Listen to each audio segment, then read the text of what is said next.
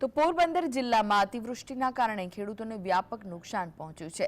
National highway Porbandar Dwarka જતો bypass જેમાં પાણીના નિકાસની કોઈ વ્યવસ્થા નથી કરાઈ, જેના કારણે આ પાણી કુછડી ગામના ખેતરોમાં ઘૂસ્યા હતા। ખેડૂતોના વાવેતર સહિત જમીનો પણ પાણીએ તણાઈ ગઈ, જેના લીધે કરોડો રૂપિયાના પાક અને જમીનનું ધોવાણનું નુકસાન ખેડૂતોને સહેવાનો વારો આવ્યો છે। હાલ ખેડૂતોના ખેતરો ધોવાઈ જતા ખેડૂતો મુશ્કેલીમાં મુકાયા છે। ચોમાસુ સિઝનની સાથે શિયાળુ સિઝનમાં પણ ખેડૂતોને જમીન ઊભી કરવામાં મુશ્કેલી પડી રહી છે। ત્યારે સરકાર પાસે ખેડૂતો માંગ કરી રહ્યા છે કે તમામ પાક અને જમીન ધોવાણનું વળતર આપવામાં આવે તો ખેડૂતો આવનારી સિઝનમાં વાવેતર કરી શકે।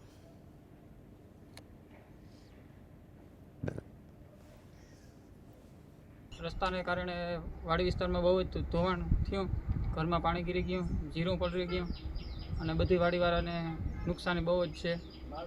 માલ સામાન બધો યોગ્ય હોંડાયું તણાઈ ગયા આ રસ્તાને કારણે, એવું હે બધું।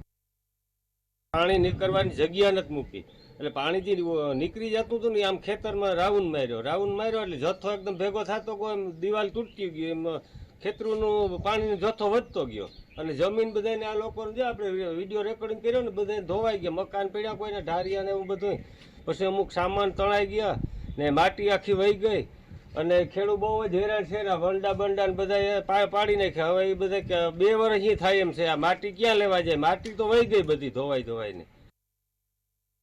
યોગ્ય જ્યાં વેણ હતા ત્યાં બોક્સ કલ્વર્ટ કે માઇનોર બ્રિજ પ્રપોઝ કરી અને ડ્રેન બનાવી અને અહીંયાના રણમાં નાખી દેવાની જરૂર હતી, પણ એ સતી અત્યારે રહી ગઈ છે। એને કારણે આ વખતે ખેડૂતોને ખૂબ જ મોટે પાયે નુકસાન થયું છે। તેના ધોવાણ થઈ ગયા છે, દિવાલો પડી ગઈ છે, એ દિવાલો ક્યાંક કૂવામાં પડી ગઈ છે, વાહનોને નુકસાન થયું છે પહેલાં વરસાદની અંદર।